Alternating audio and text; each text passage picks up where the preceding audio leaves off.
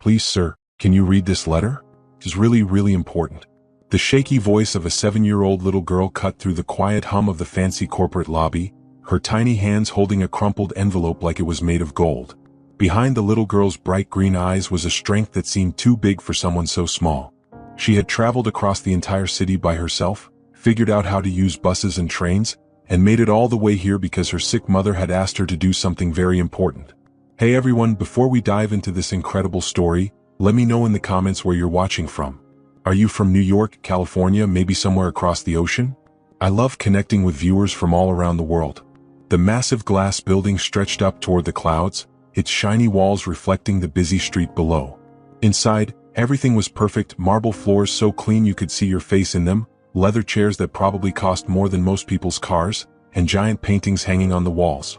The security guard behind the front desk looked up from his computer screen when he heard the small voice. "Excuse me, little one," said the guard, whose name tag read Mike. He was a kind-looking man with gray hair and gentle eyes. "Are you here with your parents? This is a very big building and children usually don't come here alone." The little girl looked up at him with those determined green eyes. Her name was Rosie Hartwell, though she didn't know that her last name might be different than what she'd always believed. She was wearing a simple blue dress that had seen better days, and her brown hair was tied back with a pink ribbon that her mother had given her that morning. "My mommy sent me here," Rosie said, her voice getting a little stronger. "She said I have to give this letter to Mr. Daniel Foster. She said it's the most important thing I'll ever do in my whole life."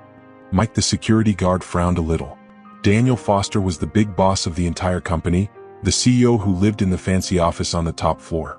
In all his years working at this building, Mike had never seen a child ask to meet with Mr. Foster. Usually only very important business people in expensive suits got to see him, and they had to make appointments weeks ahead of time. "Sweetheart," Mike said gently, "Mr. Foster is a very busy man. He's in meetings all day long. Maybe I can help you find your parents instead?" But Rosie shook her head so hard that her ribbon almost came loose. "No, sir. My mommy said I can't leave until Mr. Foster reads this letter. She said it will change everything." The little girl's eyes started to fill with tears, but she blinked them away quickly. She had to be brave. Her mommy was counting on her. At that exact moment, the elevator doors at the far end of the lobby opened with a soft ding. Out stepped Daniel Foster himself, a tall man with dark hair and sharp blue eyes. He was wearing a perfectly pressed black suit that probably cost more money than Rosie's family spent in 3 months. He was talking quickly into his phone, his voice cold and businesslike. "No, I don't care what the weather is like in Tokyo. The meeting happens at 9 a.m. their time or we find new partners. Simple as that." Daniel's shoes clicked against the marble floor as he walked toward the exit, not even glancing at the people around him. Rosie saw him and her heart started beating faster. She had studied the pictures her mother showed her and she knew this was him. This was the man she needed to find. Without thinking twice, she ran toward him as fast as her little legs could carry her. "Mr. Foster. Mr. Foster, wait," she called out, her voice echoing in the big lobby. Daniel stopped walking and looked around, confused. He wasn't used to hearing children's voices in his office building. When he saw Rosie running toward him, he looked even more puzzled. He ended his phone call and waited as the little girl reached him, breathing hard from running. "Please, sir," Rosie said, looking up at the tall man who seemed like a giant to her. "Can you read this letter?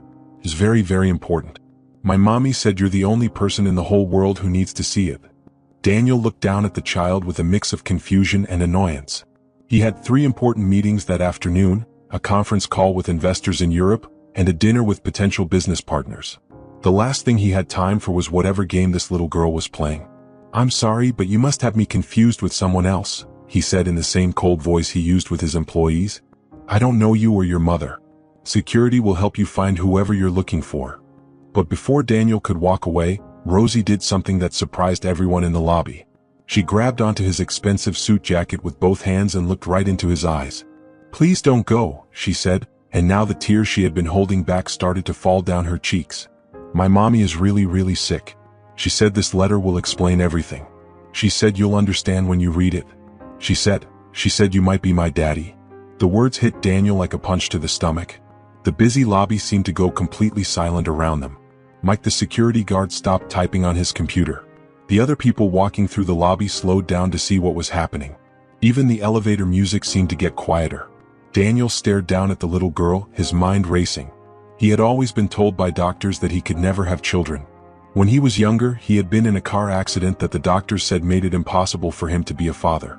That knowledge had shaped his entire adult life, making him focus only on building his business empire because he believed family was something he could never have. "That's impossible," Daniel whispered, more to himself than to Rosie. But even as he said it, something deep inside his chest started to feel different. Looking at this little girl with her green eyes and determined expression, he felt a strange pulling sensation he had never experienced before. Rosie held out the wrinkled envelope with both hands. "Please," she said simply, "just read it. That's all my mommy asked me to do. Make sure you read it." For a long moment, Daniel just stood there, staring at the envelope like it might explode. His entire life was built on control, on knowing exactly what would happen next, on making plans and following them perfectly. This envelope represented something completely unknown, something that could change everything he thought he knew about himself. The lobby was so quiet now that everyone could hear the little girl sniffling as she tried not to cry anymore. Daniel's hand moved slowly toward the envelope, then stopped. Then moved again. "Sir," Mike the security guard called out gently, "maybe we should call social services or the police to help find this child's family." "No," Rosie said quickly, looking scared for the first time. "Please don't call anyone. My mommy said not to trust anyone except Mr. Foster. She said other people might try to stop me from giving him the letter." Daniel's heart was beating so fast he could hear it in his ears. Something about the way this little girl spoke, something about her eyes, something about the whole impossible situation was making him feel things he hadn't felt in years. Against every logical thought in his head, he reached out and took the envelope from Rosie's small hands. The paper was soft and worn like it had been handled many times. Written on the front in shaky handwriting were the words, "For Daniel Foster, the truth about Rosie, please read alone." Daniel turned the envelope over in his hands. It was sealed with tape and he could feel that there were several pages inside. The handwriting looked like it had been written by someone who was sick or very tired. "Who is your mother?" Daniel asked quietly, his voice much softer than it had been before.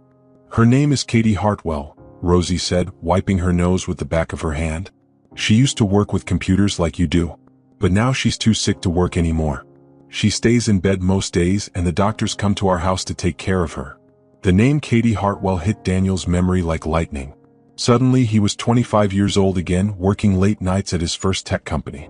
Katie had been the smartest programmer he had ever met, with long brown hair and green eyes just like Rosie's. They had worked together on a revolutionary software project, spending months staying up all night to meet deadlines.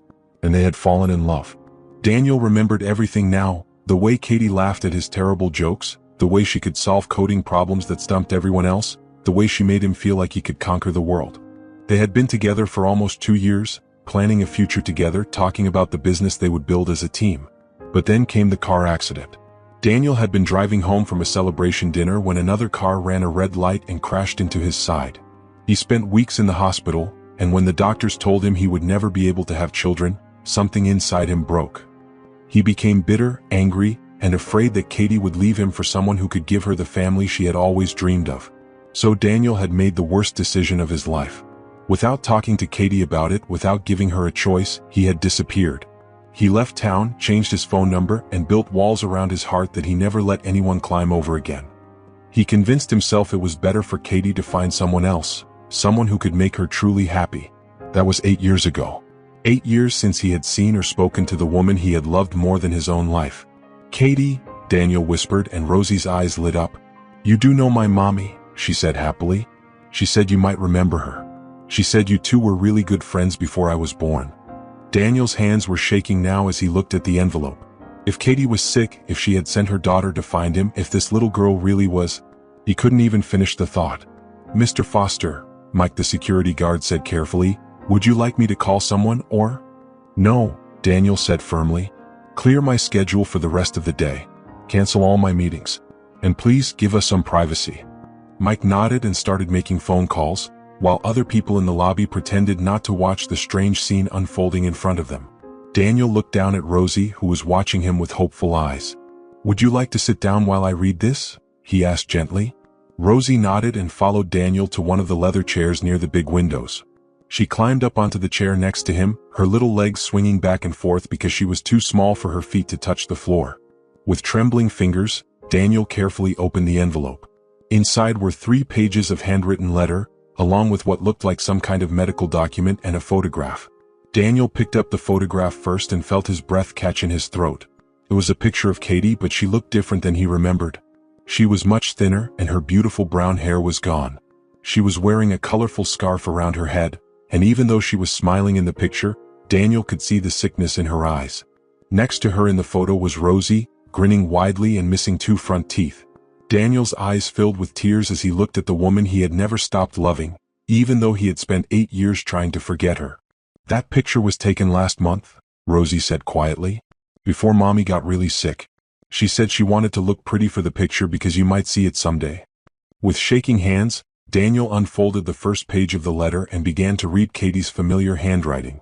"My dearest Daniel, if you are reading this, it means our daughter found you. Yes, Daniel, Rosie is our daughter. She is the most beautiful, smart, brave little girl in the world, and she is half yours." Daniel stopped reading and looked at Rosie with wonder. This little girl, this perfect little human being, was his daughter.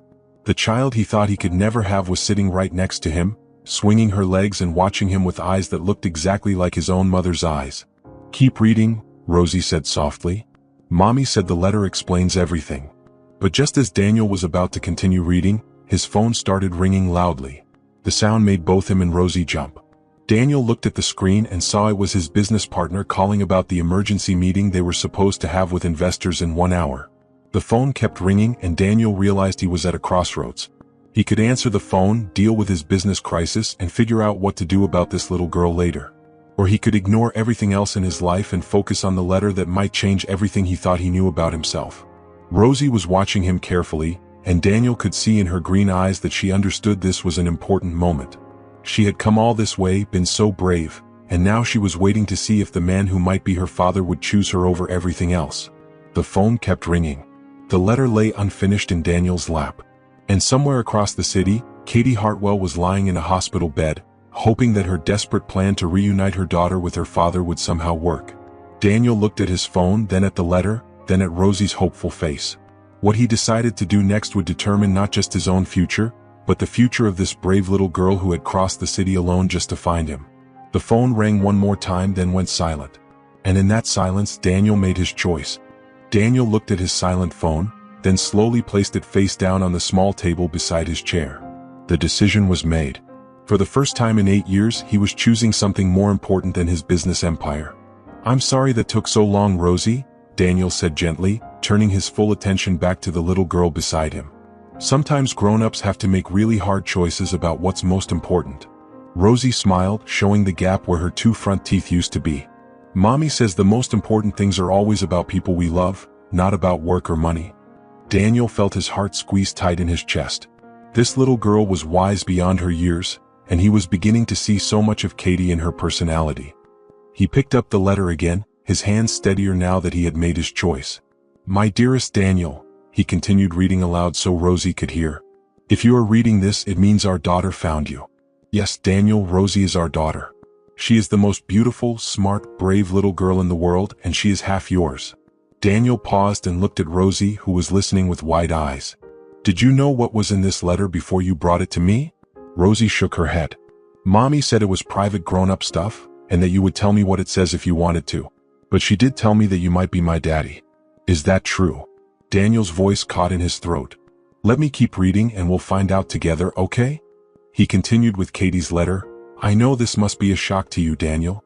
I know you believed you could never have children because of what the doctors told you after your accident. But sometimes, miracles happen when we least expect them." Daniel's hands started shaking again. He remembered those terrible days in the hospital, when doctor after doctor had told him the same thing. The accident had damaged him in ways that would never heal, they said. He would never be able to father children, they said. It was one of the reasons he had convinced himself that leaving Katie was the right thing to do. 3 weeks after you disappeared from my life," the letter continued, "I discovered I was pregnant. I went to your apartment, but the landlord said you had moved away without leaving any information about where you were going. I tried calling your office, but they said you had quit your job and wouldn't give me any way to contact you." Daniel closed his eyes, remembering those dark days when he had run away from everything and everyone he loved. He had been so convinced that he was broken, that he could never give Katie the life she deserved, that he had made the selfish decision to disappear rather than face the truth about his feelings. I was scared, Daniel. I was 23 years old, pregnant, and completely alone. But I want you to know that from the moment I found out about our baby, I was also the happiest I had ever been in my life. This little person growing inside me was half you, and that meant I would always have a piece of the man I loved with me forever. Tears were streaming down Daniel's face now, and he didn't care who in the lobby might see him crying. Rosie scooted closer to him on the big leather chair and patted his arm gently. "It's okay to cry, Mr. Daniel," she said softly. "Mommy cries when she reads letters too. She says sometimes our hearts get so full of feelings that they leak out through our eyes." Daniel managed a small smile through his tears. This little girl was absolutely perfect, and the thought that she was his daughter filled him with a joy he had never imagined possible. He continued reading, "I named our daughter Rosie Catherine Hartwell. Rosie because she came into the world like a beautiful flower blooming in spring, and Catherine after your mother, whose name I remembered you mentioning when you talked about the woman who taught you to be kind and strong." Daniel's breath caught. His mother Catherine had died when he was in college, but she had been the most loving, gentle woman he had ever known. The fact that Katie had honored her memory by giving their daughter her name as a middle name made his heart feel like it might burst. "The first 7 years of Rosie's life have been filled with love and laughter," the letter went on. "She is incredibly smart, just like her father. She taught herself to read when she was 4 years old. She can solve math problems that challenge kids twice her age. And Daniel, she has your eyes and your stubborn determination to never give up on anything she believes in." Daniel looked at Rosie, really looked at her, and suddenly he could see it. The shape of her face was like Katie's, but her eyes were definitely his. The way she tilted her head when she was thinking was exactly the same thing he did. Even the way she had refused to leave the lobby until she completed her mission reminded him of his own personality. "But Daniel," the letter continued, and the handwriting became shakier here, "I'm writing this letter because I'm dying. 6 months ago the doctors found cancer in my body, and it has spread too fast for them to stop it. They say I have maybe 2 or 3 months left." The words hit Daniel like a physical blow. Katie was dying. The woman he had never stopped loving, the mother of his child, was slipping away, and he had wasted 8 precious years they could have had together. "I don't want you to feel guilty about the time we lost, my love," the letter said, as if Katie could read his thoughts. "I was angry with you for a long time after you left. I spent years wondering what I had done wrong, why you had stopped loving me. But as I got older and wiser, I realized that you must have had your reasons. I choose to believe that you left because you thought it was best for me, not because you stopped caring." Daniel was sobbing now, great heaving sobs that shook his whole body.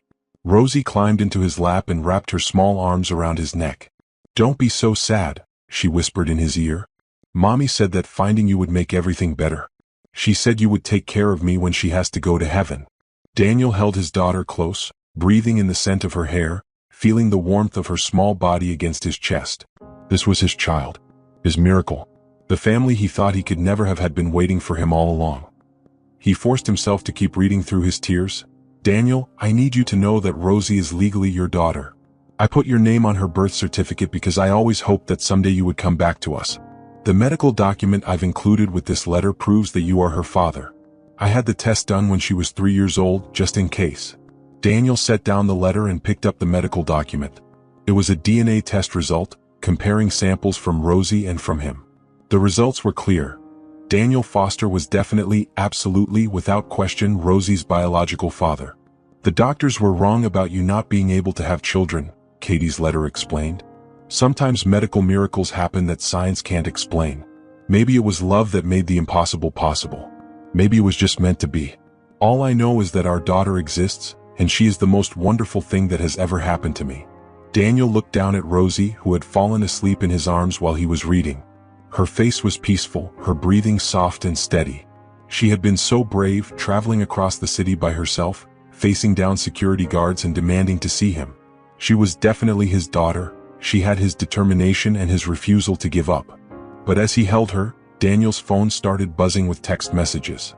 He could see the preview of the messages on his screen. "Emergency board meeting in 30 minutes. Investors threatening to pull out. Need you here now or we lose everything." Daniel's business empire, the thing he had spent 8 years building, was falling apart while he sat here discovering he had a daughter. The company that employed hundreds of people, the fortune he had accumulated, the reputation he had built, all of it was at risk. He looked at the final page of Katie's letter, knowing he needed to finish reading it, but also knowing that every minute he delayed could cost him millions of dollars and destroy the lives of his employees. Then Rosie stirred in his arms and opened her green eyes. "Did you finish reading Mommy's letter?" she asked sleepily. "Almost," Daniel said. "There's one more page." "Mommy said the last page is the most important part," Rosie said, sitting up in his lap. "She said it explains what happens next." Daniel's phone buzzed again with another urgent message. His assistant had sent a text. "Daniel, the investors are here. They're giving us 15 minutes to get you in this room or they're walking away with their money. This could end everything." Everything. Daniel's life's work, his success, his identity as a powerful businessman. It could all disappear if he didn't leave right now and save his company. But looking down at Rosie's trusting face, Daniel realized something that shocked him. For the first time in 8 years, his business didn't feel like the most important thing in the world. This little girl, this miracle child who was half him and half the woman he had never stopped loving, mattered more than any amount of money. "What does the last page say?" Rosie asked, pointing to the final sheet of Katie's letter. Daniel picked it up and began to read the final part of Katie's message. "Daniel, I'm not writing this letter to make you feel guilty or to ask you to save me. The doctors have made it clear that my time is limited, and I've made peace with that. But I am writing to ask you to save our daughter." Daniel's heart started racing as he read the next lines. "Rosie doesn't know how sick I am.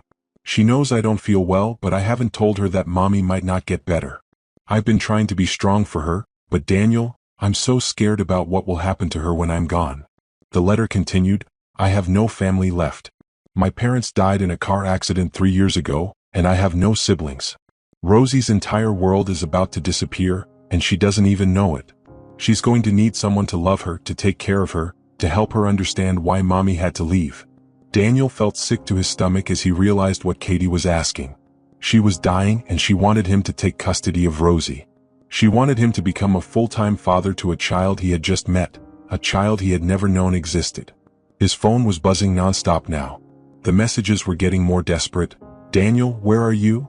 The investors are leaving in 5 minutes. Everything we've built is falling apart. Daniel," Katie's letter concluded, "I know I have no right to ask this of you after all these years. I know you have your own life now, your own responsibilities, your own dreams. But our daughter needs her father. She needs someone who will love her the way I have loved her. She needs you." Daniel looked up from the letter to find Rosie watching him with those serious green eyes. "Are you my daddy?" she asked simply. The question hung in the air between them like a bridge. On one side was Daniel's old life, his business, his success, his carefully controlled world where he never had to worry about anyone but himself. On the other side was something completely unknown and terrifying, being responsible for this little girl who had already been through so much loss. His phone rang. The screen showed his business partner's name. This was it, the final call before everything collapsed. Daniel looked at the phone, then at Rosie, then at the letter in his hands.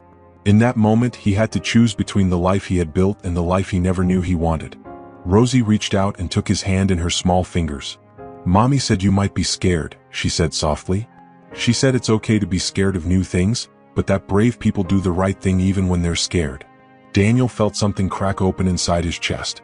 Looking at this incredible little girl, thinking about Katie dying alone in a hospital somewhere, remembering all the years he had wasted running away from love, suddenly his choice became crystal clear. He turned off his phone without answering it. "Yes, Rosie," he said, his voice thick with emotion. "I am your daddy, and I'm never going to leave you again." But even as he made this promise, Daniel had no idea that the biggest challenges were still ahead of them. Because at that very moment, in a hospital across town, Katie was taking a turn for the worse. The doctors were rushing around her bed, and the machines were beeping in ways that meant time was running out faster than anyone had expected. And in the lobby of Daniel's office building, neither he nor Rosie knew that they had less than 24 hours to get to Katie before it would be too late to say goodbye.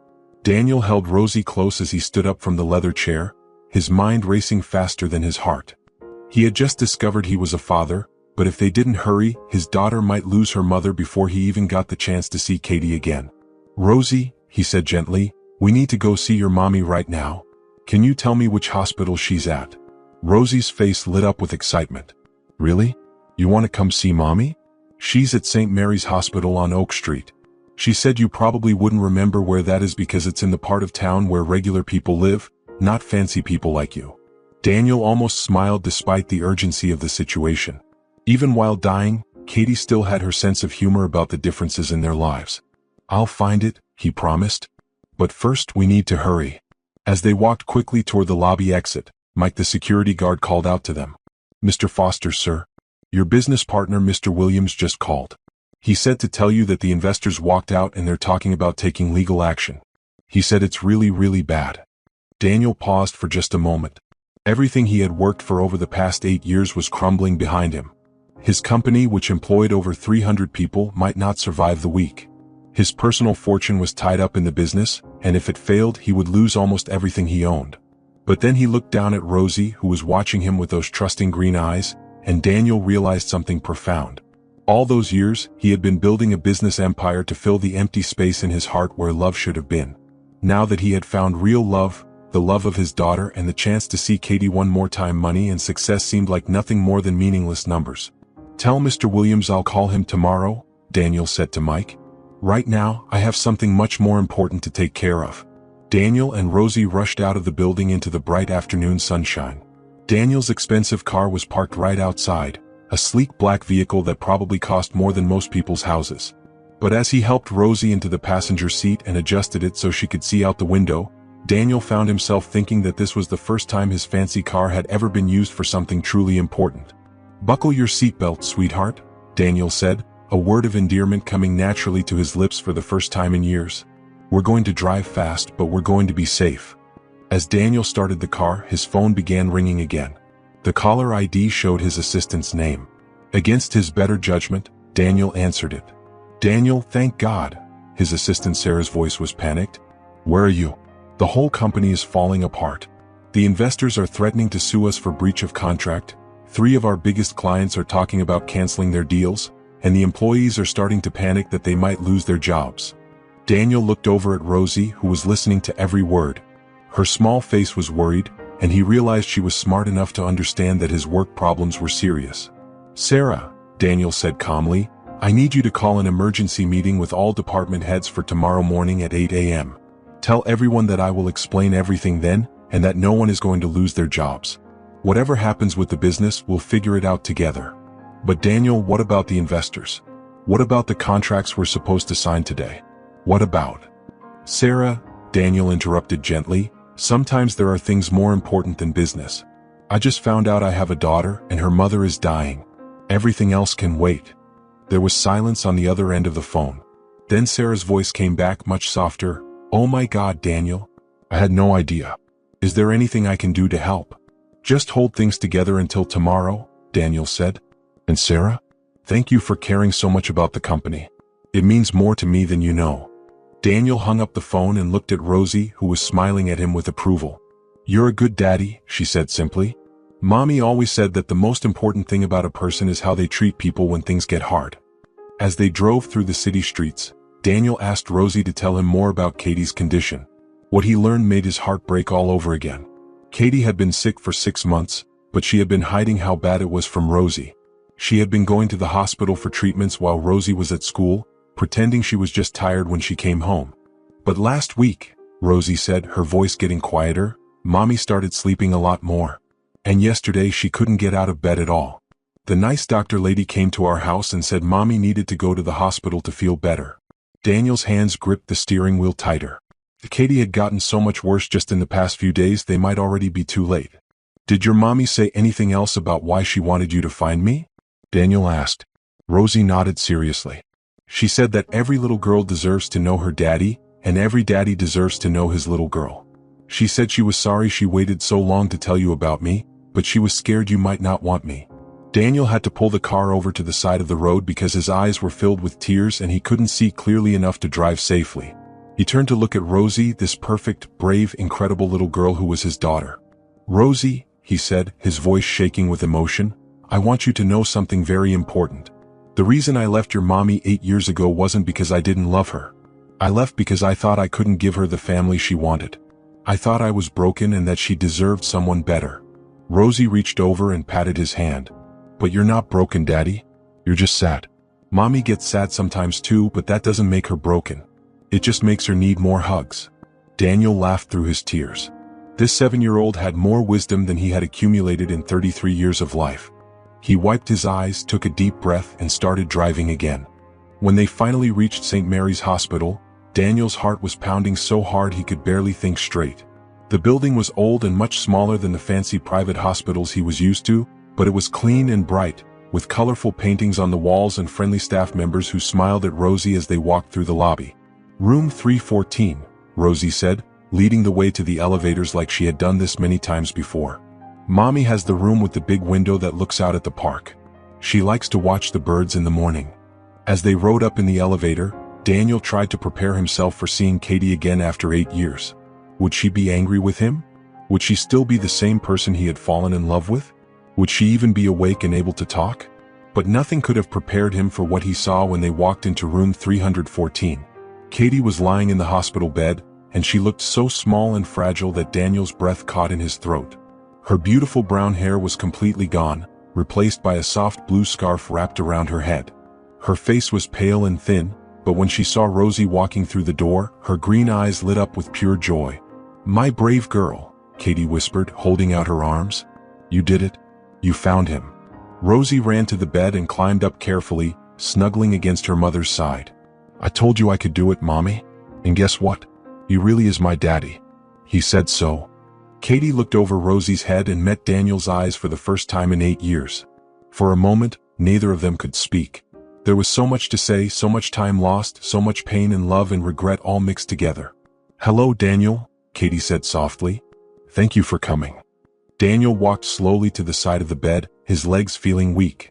"Katie," he whispered, "I'm so sorry. I'm sorry for everything. For leaving, for wasting all these years, for not being here when you needed me." Katie reached out with one thin hand and touched his face gently. "You're here now," she said simply. "That's what matters." Daniel took her hand in both of his and held it like it was the most precious thing in the world. "Katie, the letter, everything you wrote, I can't believe I have a daughter. I can't believe you went through all of this alone." "I wasn't alone," Katie said, smiling at Rosie. "I had the most wonderful little girl in the world to keep me company. She's been taking such good care of me, haven't you, sweetheart?" Rosie beamed with pride. "I make Mommy breakfast every morning, and I read her stories when she's too tired to read to herself. And I learned how to use the washing machine so her clothes are always clean." Daniel's heart broke thinking about this 7-year-old child taking care of her dying mother, being braver and stronger than most adults ever have to be. "Katie," Daniel said urgently, "the doctors, the treatments, whatever you need, I can pay for anything. The best doctors, experimental treatments, we can fly to other countries if we need to. Money is no object." But Katie shook her head gently. "Oh, my love, I knew you would say that. You always wanted to fix everything for everyone. But some things can't be fixed with money. The doctors have tried everything they can. My body is just too tired to fight anymore." "But there has to be something," Daniel insisted, his voice getting desperate. "I can't lose you again. I just found you. We just found each other." Katie squeezed his hand. "Daniel, I need you to listen to me very carefully. I made peace with this months ago. I'm not afraid of dying. But I am afraid of leaving Rosie alone. That's why I sent her to find you." As if she could sense that the grown-ups were talking about serious things, Rosie looked up at her mother with worried eyes. "Mommy, are you feeling sick again? Do you need me to call the nurse?" "No, baby," Katie said, stroking Rosie's hair. "Mommy is feeling better now that Daddy is here. But I do need to talk to Daddy about some important grown-up things. Would you be my big brave girl and go get us some juice from the machine down the hall? Here's some money." Rosie took the dollar bills and slid down from the bed. "I'll get the kind with the apples on it because that's your favorite." She looked at Daniel seriously. "Will you take care of Mommy while I'm gone?" "I promise," Daniel said, and meant it with every fiber of his being. After Rosie left the room, Katie's smile faded and her expression became urgent. "Daniel, we don't have much time, and there are things I need to tell you about Rosie that she can't hear yet." "What do you mean we don't have much time?" Daniel asked, though part of him already knew the answer. "The doctors told me this morning that I probably have less than a week left," Katie said quietly. "Maybe only a few days. My body is shutting down faster than they expected."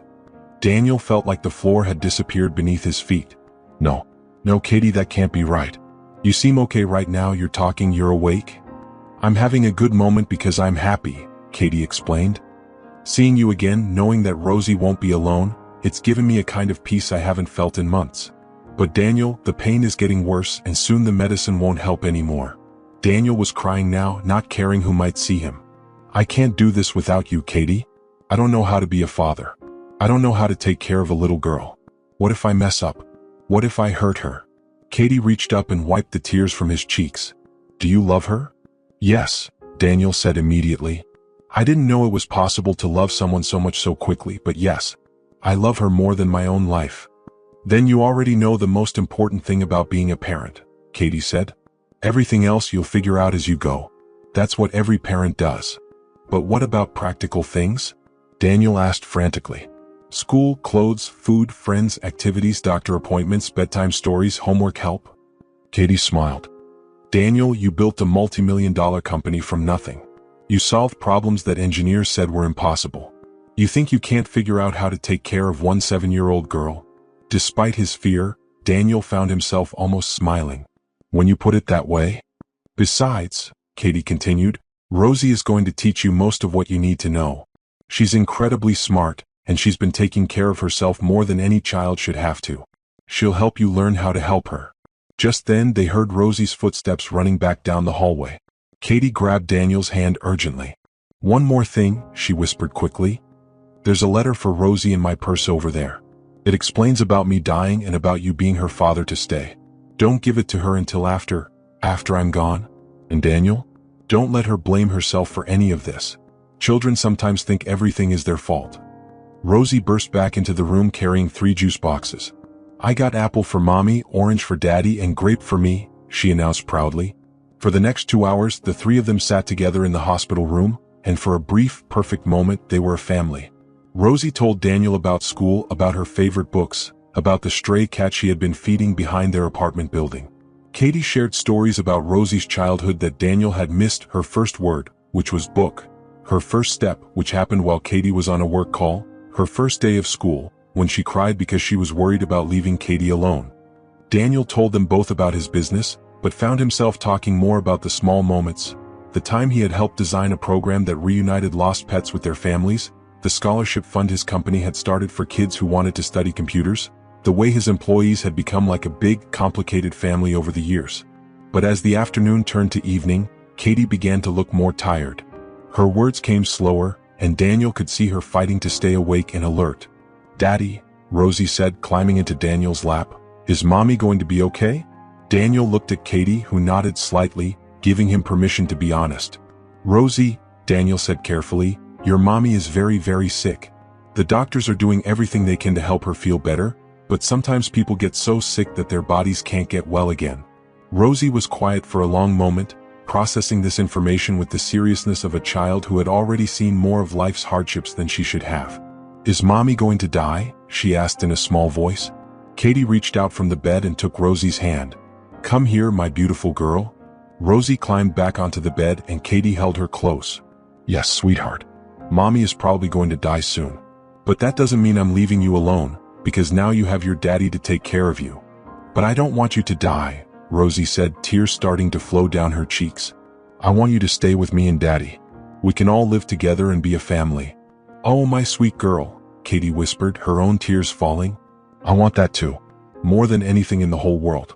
But sometimes we don't get to choose what happens to our bodies. What we do get to choose is how much we love each other and how we take care of each other. Daniel felt his heart breaking into a million pieces watching his daughter cry and knowing there was nothing he could do to fix this for her. But here's the most important thing, Rosie, Katie continued. Even when my body dies, the love I have for you will never, ever die. It will live in your heart forever.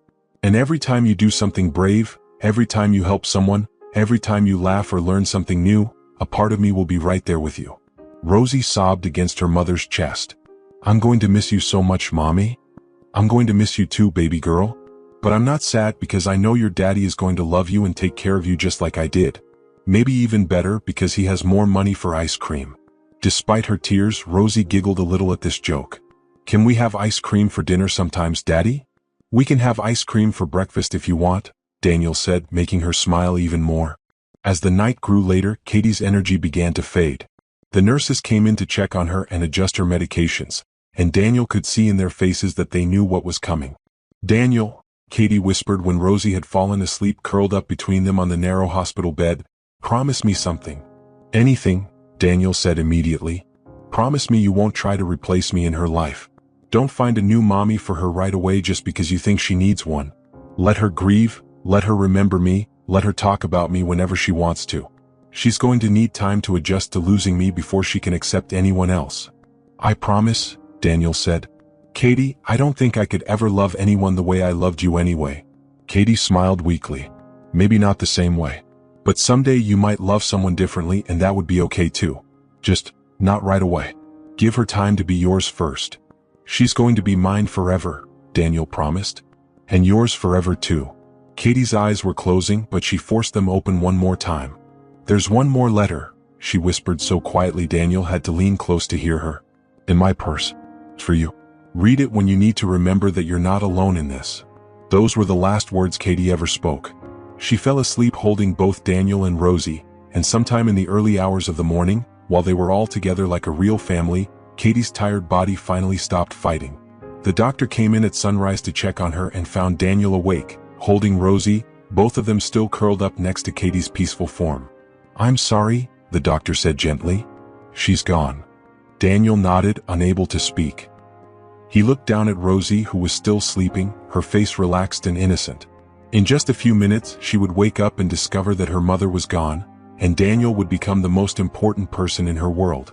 For the first time in his adult life, Daniel Foster had found something more important than money, success, or business empire. He had found love, family, and a reason to be better than he ever thought possible. He kissed the top of Rosie's head gently and whispered, "Don't worry, sweetheart. Daddy's here. And I'm never, ever going to leave you."